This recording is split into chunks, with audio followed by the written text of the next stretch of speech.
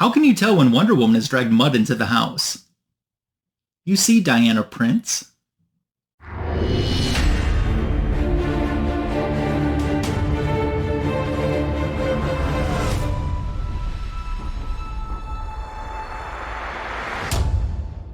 Welcome to Comic Book Editions Volume 210.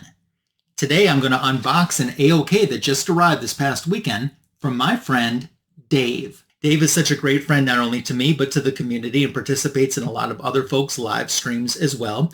What I really like about Dave is that his collecting is so diverse. I know that he likes Christmas covers. I know he's taken a particular liking to Golden Age books too. So you never quite know what he's going to show on his channel. Sometimes he's sipping a beer while he's doing it too. And Dave, thank you so much for thinking of me. He said that he went to Terrificon this year, and I think he said as he was just getting ready to leave, he saw something that reminded him of me, so he picked it up and he sent it, which is in today's package. I don't even know if it's a comic book. It might not be. Maybe it's a print? I don't know. There's one surefire way to find out what it is, and that's by unboxing it. And after you come out of fast forward mode, we'll find out together exactly what it is. Let's go. Okay. Looks like there are two things in here. Let's start with the big one because I can kind of see what it is. This is awesome. Oh, look at this big, huge Wonder Woman record album. I love this. Oh, thank you so much. That is classic Neil Adams artwork right there. And sometime on Fanboys Live and the Retro Review Show, I want to do a retro review where we look at some of the records that had like comic books attached to them too and retro review those. I think that would be a lot of fun. But if you think that this front cover is pretty amazing, look at the back. Wonder Woman, you know, on the invisible jet, aka the IJ. Oh, that's so awesome.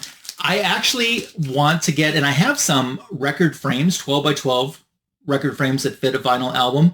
I'd like to frame this and put this up on the wall. I only wish that Neil Adams was still with us. So, you know, I could get it signed. That would have been worth paying the $50 to get him to sign the front of this.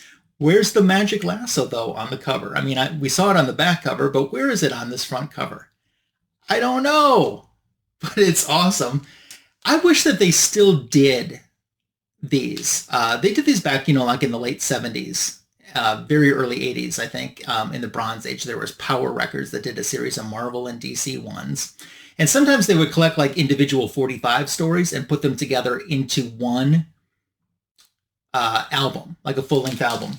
This one has the Amazons from Space, The Secret of the Magic Tiara, and Wonder Woman versus the War God. So all three of those stories, so it says all new adventure stories. Okay, so what must have happened is those must have come first. And then they would bust those stories up. Like The Secret of the Magic Tiara was definitely a 45 that had like a comic book to go along with it. Wonder Woman versus the War God, I know, was used in another like full-length album version, but it had a comic book attached with it too. And the Amazons from Space, I think, was on the same one. So this must have been the original one that brought us those stories, though. That is so cool. I love that. Dave, thank you so much for thinking about me.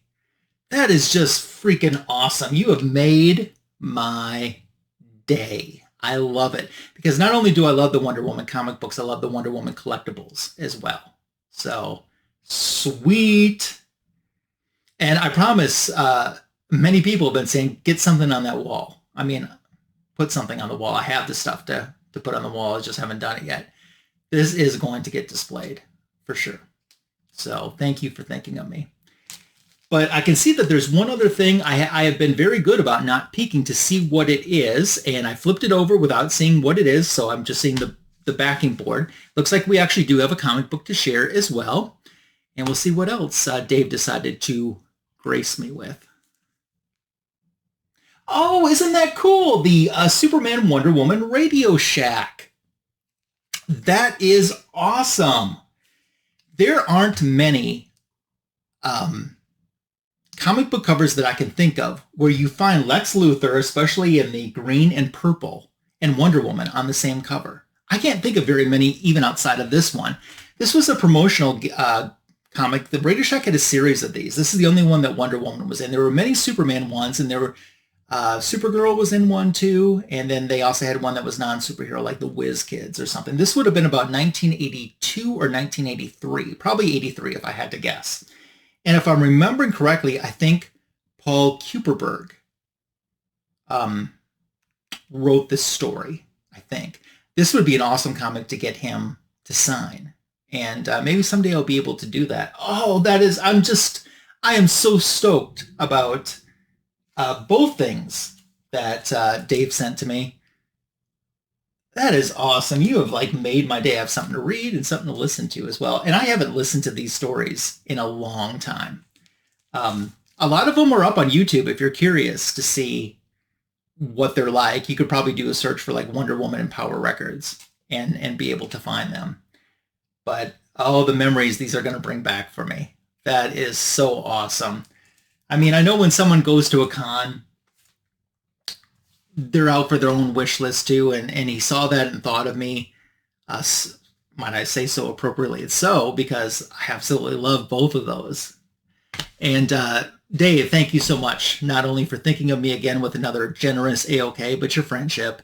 You're such a great guy, and the comic book community, including myself, is so blessed to get to know you and be friends with you. So I did put a link in case you're not subscribed to his channel. I don't know why you wouldn't be. He's over 1K in subscribers. But I did put a link to Marc Spector Comics in the video description for this video. So make sure to sub him up if you haven't already.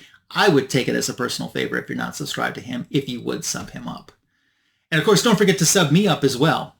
If you're new to my channel and haven't done that yet, make sure to turn on the bell for notifications as well. Let's see.